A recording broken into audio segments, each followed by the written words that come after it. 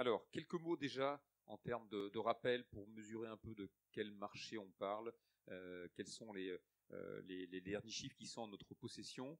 Déjà un premier constat, les ventes de saumon fumé commencent à monter en gamme, continuent de monter en gamme, parce que vous allez le voir, dans la même tendance qu'on l'a constaté sur ces dernières années, cette tendance de fond, qui d'ailleurs n'est pas propre au saumon fumé, hein, on le rencontre sur quasiment tous les marchés alimentaires, qu'on peut résumer par cette tendance un peu de consommer moins mais mieux. Cette tendance-là se retrouve au niveau du marché du saumon fumé. Alors, quelques chiffres, des chiffres qui n'ont pas changé, c'est-à-dire que la France reste un pays très fortement consommateur de saumon fumé. C'est le deuxième pays consommateur de saumon fumé en Europe, derrière l'Allemagne. Près de 33 000 tonnes de saumon fumé sont consommées chaque année en France. Ce qui est important à noter, parce qu'on va l'aborder, Guillaume l'abordera dans la continuité, et d'où l'importance de la charte, c'est que plus des 3/4 des saumons fumés qui sont consommés en France sont fabriqués en France. Ça, c'est un point important. Quelques éléments clés aussi. 70% des ménages, donc 7 ménages sur 10 en France, consomment au moins une fois par an le saumon fumé. Donc ce qu'on appelle le taux de pénétration est assez élevé, et ils en consomment en moyenne 4 fois par an. Je disais tout à l'heure la confirmation de la montée en gamme qui se traduit par ces chiffres-là. On vous a remis un peu dans le rétroviseur les chiffres de 2017, où vous aviez déjà une progression supérieure en valeur qu'elle l'est en volume. Et en 2018, on a la même chose. On continue à progresser en valeur, mais on a une régression en volume. Alors, on n'a pas voulu vous mettre que les éléments en valeur pour se faire plaisir, parce que je pense que les éléments en volume sont aussi significatifs de l'évolution de la catégorie. Mais vous le voyez, le chiffre qui est en dessous d'ailleurs, qui était masqué dans cette slide-là, c'est pas volontaire, mais en fait c'est entre moins 12 et moins 13%. C'est en fait l'évolution volume est très fortement tirée par l'évolution des volumes sur les saumons fumés premier prix. Hein. Le chiffre, je crois que c'est moins 12,7% pour ceux qui ont le document papier, mais vous l'avez également. Je crois que vous allez retrouver ce chiffre-là. Donc ça, c'est le cumul annuel mobile, c'est-à-dire c'est les ventes de novembre 2017 jusqu'à octobre 2018 comparées aux 12 mois de l'année d'avant. Hein, donc à chaque fois, c'est les chiffres que l'on a retenus pour les derniers chiffres qui sont en notre possession, ce qu'on appelle la P10, la période 10 d'IRI.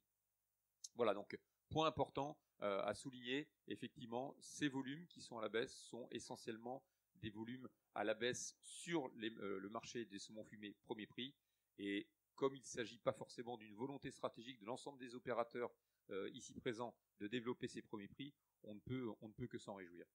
Deuxième point aussi, parce qu'on a eu l'occasion d'évoquer dans le passé des éléments concernant l'évolution du prix des matières premières et donc des prix de vente. Certes, ça peut expliquer une partie de cette évolution en valeur positive, mais ça n'en explique qu'une toute petite partie, parce que les prix de vente entre 2018 et 2017 ont été en relativement faible évolution, à plus 2,1% en prix moyen sur le marché.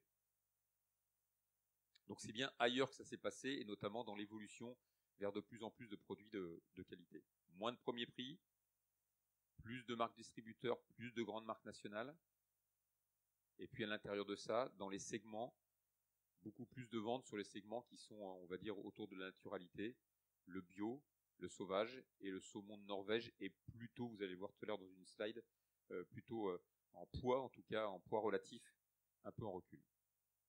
En termes de production, ce qui est important à souligner, c'est que cette filière du saumon fumé en France, c'est 27 entreprises, c'est près de 3000 collaborateurs, donc c'est un poids relativement significatif. C'est un vrai pôle de compétences en France que d'avoir une filière aussi forte, un peu plus de 700 millions de chiffre d'affaires, et donc la France est le deuxième pays producteur de saumon fumé en Europe, le premier étant la Pologne. On joue pas exactement dans la même catégorie, dans le sens où nous n'avons pas les mêmes coûts de main d'œuvre, et ce qui renforce encore plus le côté exemplaire de cette filière-là en France, c'est que nous avons fait le pari depuis très très longtemps, l'ensemble des intervenants, de miser sur le saumon fumé de qualité. On voit que ça correspond à une attente forte de la part des consommateurs en France et en Europe, et donc on mise de tout là-dessus. pour effectivement, et vous allez voir dans la charte du saumon fumé en France, c'est un des points importants, la qualité, toujours plus de qualité, pour être au rendez-vous des attentes émergentes et croissantes de la part des consommateurs français. Alors, je parlais d'origine tout à l'heure, vous le voyez dans le graphe à droite, et vous avez l'évolution sur la gauche. Le saumon qui vient de Norvège reste quand même une part importante, parce que c'est vrai qu'en termes de capacité de production d'aquaculture, ça reste quand même le pays dans lequel il y a le plus de potentiel. Donc c'est 60%, mais il y a 2 ans, c'était 66%. Donc ça veut bien dire qu'il y a un réajustement et une diminution relativement significative du poids de la Norvège. L'Écosse progresse, l'Irlande passe de 23 à 24%, l'Irlande reste stable, et puis vous avez le sauvage qui continue sa progression. Il était à 6% en 2016, il est maintenant à 9%, le sauvage d'Alaska et aussi de Sibérie. Alors ce qui n'apparaît pas forcément dans ce tableau-là, c'est l'évolution du bio, parce que le bio, il peut venir de différents pays. Il y a l'Irlande, l'Écosse et la Norvège qui produisent du saumon bio. Donc effectivement, dans ce camembert par origine pays, on ne retrouve pas forcément cet élément.